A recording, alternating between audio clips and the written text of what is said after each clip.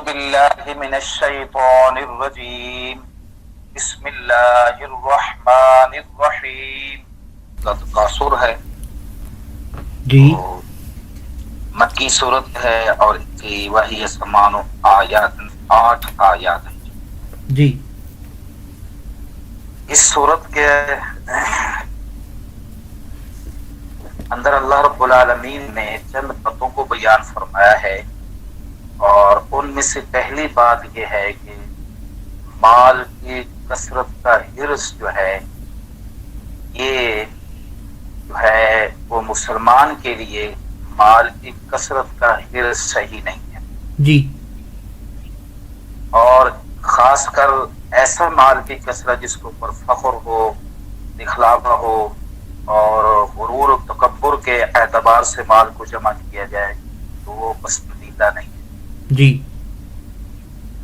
اور پھر خاص کر ایسے مال کے حرص کثرت مال کے حرص کہ جو آدمی اس حرص کے اندر پڑھ کر جو ہے وہ قبر تک پہنچ جائے یعنی موت اسے آ جائے اس کو پسند نہیں فرمایا جی ٹھیک ہے جب یہ بات ہے تو پھر اس کے بعد آگے فرمایا کہ یہ اگر یہی غرور اور تکبر اور مال کی کثرت کی حرص تم لے کر چلتے رہو گے تو پھر عن قریب مرنے کے بعد قبر کا عذاب اور پھر آگے اس کے بعد معاشر کا عذاب تم خود اپنی آنکھوں سے دیکھ لو گے اور پہلے تو یقین کر لو گے اور پھر اپنی آنکھوں سے دیکھ لو گے اور پھر کل قیامت والے مرنے کے بعد 3 مراحل ہیں ایک مرحلہ قبر کا دوسرا مرحلہ معاشر کا تیسرا مرحلہ جو ہے وہ ہے حاجی صاحب معاشر میں کھڑا ہونے کا اور آگے پھر حساب و کتاب کا جی اور اس معاشر کے میدان میں پھر سوال و جواب کا تو وہاں پر تمہارے سے پھر یہ ہے کہ ثم لتسألن یومئذ عن النعیم جو اللہ نے دنیا میں تمہیں نعمتیں عطا فرمائی ان کے بارے میں تم سے سوال یہ ہے اس صورت کے اندر اللہ تعالیٰ نے آج جو بیان فرمایا ہے جی جس کو ہم نے پڑھنا ہے جی جی اس کے شان نزول میں بعض مفسرین نے یہ ارشاد فرمایا ہے کہ بعض رات تو فرماتی یہاں سے مراد مال کی کثرت کا حرص ہے جی اور بعض رات فرماتی ہیں کہ اس سے مراد کیا ہے جی کہ وہ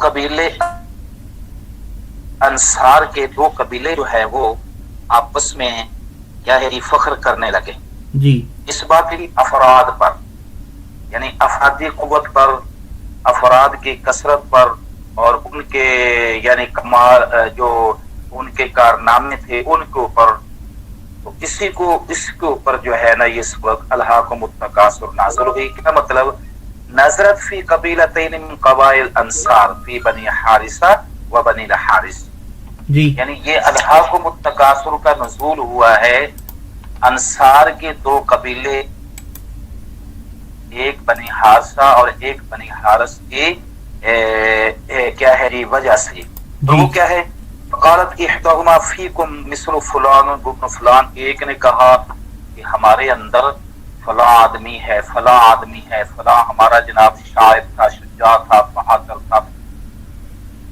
فلاں تھا دوسروں نے کہا کہ ہمارے اندر فلاں آدمی زندوں پر فخر کرتے کرتے اب جب زندوں کے نام لیتے لیتے فخر کرتے کرتے بس ہوگی تو اب کہا چلو بھی قبروں پہ چلتے ہیں اب قبروں والوں کو جا کر دیکھتے ہیں قبروں پہ چلے گئے دونوں قبیلے ایک خاندان نے کہا ہماری اس قبر کے اندر فلاں ہمارا دفن ہے جی وہ ایسا تھا اس کے کمالات گننے شروع کر دیے اور دوسرے نے اپنی قبر پر لے جا کر ہمارا یہ ایسا تھا جناب جی اس کے کمالات گننا شروع کر دیے تو اس وقت اللہ تعالیٰ نے الہاکم التکاثر حتی زرتم المقابر اس کو نازل فرمایا اور فرمایا کہ یہ فخر اور غرور کی کثرت یعنی اس کے اوپر فخر اور غرور کرنا تم نے اتنا کیا کہ تم یہاں قبروں تک پہنچ گئے یعنی تم بات ایک دوسرے کا مقابلہ کرتے کرتے تم قبروں تک آ گئے اور ان مردوں کے اوپر تم نے فخر کرنا شروع کر دیا تو چاہے افرادی قوت پر فخر ہو چاہے مال کی کثرت کا حرص ہو جو آخرت سے غافل کر دے وہ مال کی کثرت جو آخرت سے غافل کر دے وہ مال کی کثرت شرعاً جائز نہیں ہے جی ٹھیک ہے جی اسی طرح افرادی قوت جو یعنی انسان کو تکبر اور غرور میں لے آئے، وہ افرادی قوت پر بھی حرص کرنا اور اس کی کثرت کو جترانا یہ بھی شرعاً جائز نہیں ہے ٹھیک ہے جی پہلے حصے میں اس چیز کو بیان فرمایا گیا ہے، اور ان چیزوں کے چاہے وہ مال کی کثرت پر حرص ہو تو اور آخرت سے انسان غافل ہو جائے اس مال کی وجہ سے یہاں تک کہ قبر میں پہنچ جائے، یا وہ افرادی قوت پر غرور و تکبر کرے اور مقابلہ کرے اور تفاخر کرے تو یہاں تک کہ قبر تک پہنچ جائے اور آخرت سے یہ چیزیں غافل کر دے دونوں، تو یہ نقصان دہ ہیں، جس کا آگے نقصان بیان کیا گیا جی یہ اس صورت کے اندر یعنی موٹی چیز جس کو بیان فرمایا گیا ہے وہ میں نے آپ کے سامنے رکھی۔ اب مزید اس میں جو آخری الفاظ ہیں نا ثم لتسألن یومئذ عن النعیم، جی اس پہ بڑی احادیث میں پیاری قسم کی ایمان افروز احادیث آتی ہیں، اور مسلمان کو ذرا متوجہ کرنے کے لیے اور مسلمان کی غفلت اتارنے کے لیے اس کے تحت جو احادیث آ رہی ہے وہ انشاءاللہ میں آپ کے سامنے رکھتا ہوں۔ تو پہلے ہم چلتے ہیں اس کے ترجمہ کی طرف۔ جی بالکل ہاں جی، وہ یہ ہے کہ الہا کا معنی ہے جی یعنی غفلت کی، اور کم میں نا تم کو، تکاثر میں نا مال کی کثرت کے حرص جی نہیں، تکاثر کا معنی ہے کثرت سے، بہتات سے، مال کی کثرت کے حرص میں، حتیٰ میں نا یہاں تک کہ تم نے جا دیکھی، مقابل میں نا قبریں، تم یا نا یا پہنچ گئے تم قبروں میں، یا تم نے جا دیکھی قبریں۔ اب دیکھو اگر یہاں دو قبیلوں کے افراد کے اوپر فخر کا مقابلہ ہے تو پھر یہاں تک تم قبروں پر پہنچ گئے، یہ معنی کریں گے جی اور اگر یہاں سے مراد ہے کہ مال کی حرص تو پھر یہ ہے کہ خود آدمی قبر میں دفن ہونے تک پہنچ گیا ہے لیکن مال کی کثرت کی حرص اس کو نہیں گئی، اس نے اس کو دنیا سے غافل کر دیا، نہ آخرت سے غافل کر دیا۔ جی آگے فرمایا کلا کا معنی ہوتا ہے کوئی ایسی بات نہیں یا ہرگز نہیں، سوف تعلمون، سوف معنی ان قریب، تعلمون تم جان لو گے، یعنی یوں ہی قبر میں جاؤ گے تو تمہیں یہ مال کی کثرت کا حرص جس نے آخرت سے غافل کر دیا ہے اس کا تمہیں پتہ چل جائے گا، اس کا نقصان کیا ہے، اس کا فائدہ کیا تمہیں پتہ چل جائے گا۔ جی ثم کلا سوف تعلمون، پھر تاکید کے ساتھ اسی الفاظ کو دوبارہ دہرایا۔ مراد اس سے یا تو علماء فرماتی ہیں کہ پھر یہ اس سے مراد معاشر ہے، یعنی تمہیں قبر میں بھی پتہ چل جائے گا اور معاشر میں بھی جا کر کیا ہے جی تمہیں پتہ چل جائے گا کہ مال کی کثرت کے اوپر حرص کرنا یا فخر کرنا یا مال کو جمع کرتے کرتے آخرت سے غافل ہو جانا کچھ قبر میں پتہ چل جائے گا اور کچھ معاشر کے میدان میں جا کر پتہ چل جائے گا۔ جی دوسری بات بعد رات یہ فرماتے ہیں کلا سوف تعلمون، جو پہلا ہے اس سے مراد کیا ہے جی کافر ہے، اور ثم کلا سوف تعلمون جو دوسرا ہے اس سے مراد مومنین ہیں، ٹھیک ہے جی یعنی کافر ہے اس کو بھی پتہ چل جائے گا اور جو مومن ہے اس کو بھی پتہ چل جائے گا۔ اگر یہی یعنی مال کی کثرت کی حرص اور یا فخر یا تکبر یا غرور وہ کافر کے اندر ہو پھر بھی وہ کبھی ہے اور برا ہے، اور اگر وہ مسلمان کے اندر ہو تو پھر بھی کبھی اور برا ہے۔ جی فرق یہ ہے کہ مسلمان کا جو ہے یہ گناہ توبہ سے معاف ہو جائے گا، اور کافر کا یہ ہے کہ جب تک وہ کلمہ نہیں پڑھتا تب تک اس کے یہ گناہ معاف ہی نہیں ہوتے، جی سرے سے اس کے سر کے اوپر یہ رہتی ہے۔ اس کے بعد آگے فرمایا کلا، پھر ہرگز ایسی بات نہیں، لو تعلمون کیا ہے کہ اگر جانو تم، یعنی علم الیقین، علم یقین ایک ہوتا ہے، ایک یقین ہوتا ہے، پھر اس کا علم حاصل ہو جائے تو پھر اس کو کہتے ہیں علم الیقین۔ جی مثلا ہمیں کسی بات کا علم ہے، پھر آ کر ایک اور بڑے معتبر اور معزز اور صادق بندے نے یہ بات بتا دی ہو یعنی یہ بات ایسی ہے تو اس کو کہتے ہیں علم الیقین، یعنی ہمیں اس کا علم کے ذریعے سے یقین ہو گیا۔ جی ٹھیک ہے لَتَرَوُنَّ الْجَحِيمَ، یہ آخر میں فرمایا تو تم ضرور کی ضرور جہنم کو دیکھو گے جی۔ کیا ہے جی؟